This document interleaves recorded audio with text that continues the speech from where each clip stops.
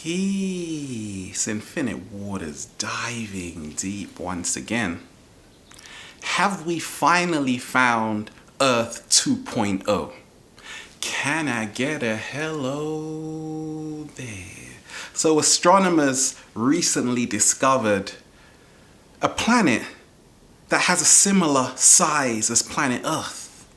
And this is groundbreaking. 490 light years away, in a constellation called Cygnus, lies a planet called Kepler 186f. Now, why this is so powerful, this discovery, is that it is in a habitable zone, what we call the Goldilocks zones, where water can be formed.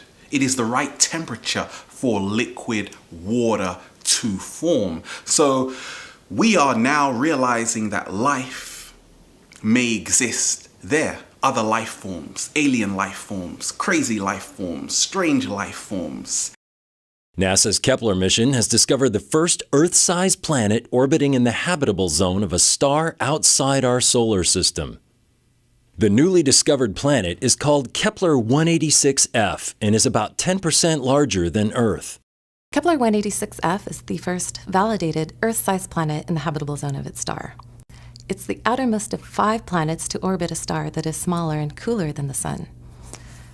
This planet orbits its star every 130 days, and so this places it in the habitable zone, where it's in a region where it could have liquid water on its surface. Kepler 186f resides in the Kepler 186 system, about 500 light-years from Earth in the constellation Cygnus. This planet, Kepler 186f, orbits a star that's cooler and dimmer than the Sun. So while we may have found a planet that's the same size as Earth and receives a similar amount of energy to what Earth receives, it orbits a very different star. So perhaps instead of an Earth twin, we've discovered an Earth cousin. On the surface of Kepler 186f, the brightness of its star at high noon is only as bright as our Sun appears to us about an hour before sunset. Scientists believe Kepler 186f is likely to be a rocky world, but are unable to confirm its mass and density.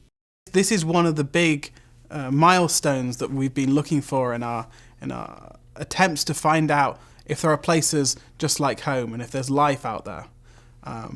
One of the big steps is to say, is there somewhere that looks, to all intents and purposes, like Earth? Well, we don't know just yet, but we know that there are places that at least look similar.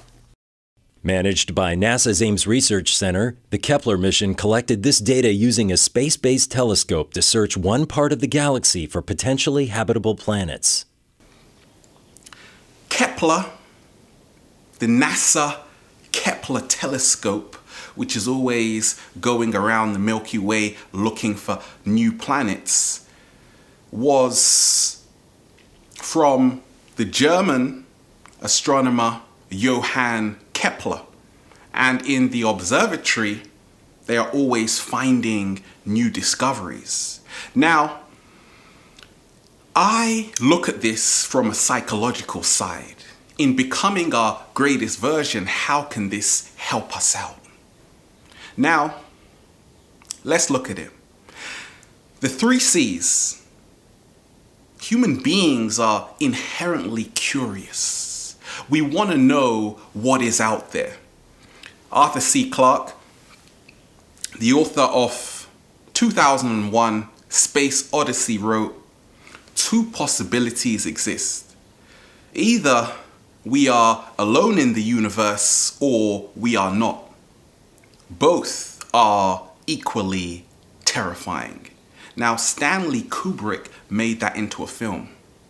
You see, curiosity has gotten many of us searching for signs of intelligence. Why? Maybe because there isn't a hell of a lot of intelligence on planet Earth.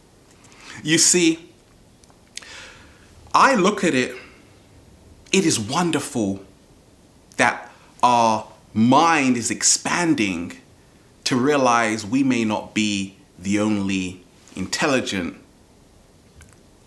life form around. You see, because what the bleep do we know? And we are always so interested in finding other life forms. And I always think to myself, what about taking care of planet Earth? Shouldn't that be our first priority? Shouldn't that be our number one priority? But it is wonderful. I'm happy just to see that even science is coming out of the woodworks to remind us that life is everywhere. There are more stars than grains of sand. That is telling us something. What is the other C? Connection. Because so many of us are living in a fragmented society, we have this need for connection. But I say we don't just have to find connection in outer space. We have to find connection on a mental, emotional, physical level with one another, with people in our own community. And civilization. We are constantly evolving.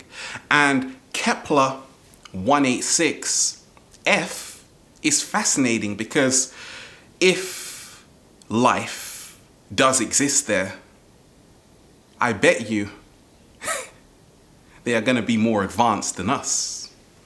Because Zecharia Sitchin was attempting to explain through his books that human beings, we have a wondrous earth, but it is not the only intelligent planet with intelligent life forms. Life is everywhere. And what I love about this discovery is that it is showing us how vast this whole universe is. Now, in the scientific community, they call Kepler 186f Earth's cousin because the star it orbits every 130 days is actually a lot cooler than our sun. But what is fascinating is that water is likely to be formed on its surface. There is so much we don't know about, but we think we know everything. It's just like in that cannabis song, you need to fear science, not Satan. Do you think if other life forms existed, they would tell you? But the ancients have always known that we are not alone in this universe. And it is the most empowering thing. Why? Because it humbles you. There was a film called Another Earth. Fantastic. And the director spoke about how he was inspired by Carl Sagan, the pale blue dot, the Drake equation, the equation for discovering other life forms in our Milky Way galaxy. We have to open our eyes and we have to realize that life is everywhere. So there you have it. Have we found Earth 2.0? I wouldn't be surprised if in the next 20 years we are gonna start realizing other life forms exist and we can learn from them. We better start taking notes. Oh boy, we better start taking notes. We are here, infinite waters, diving deep once again. Stay well, stay healthy. Peace.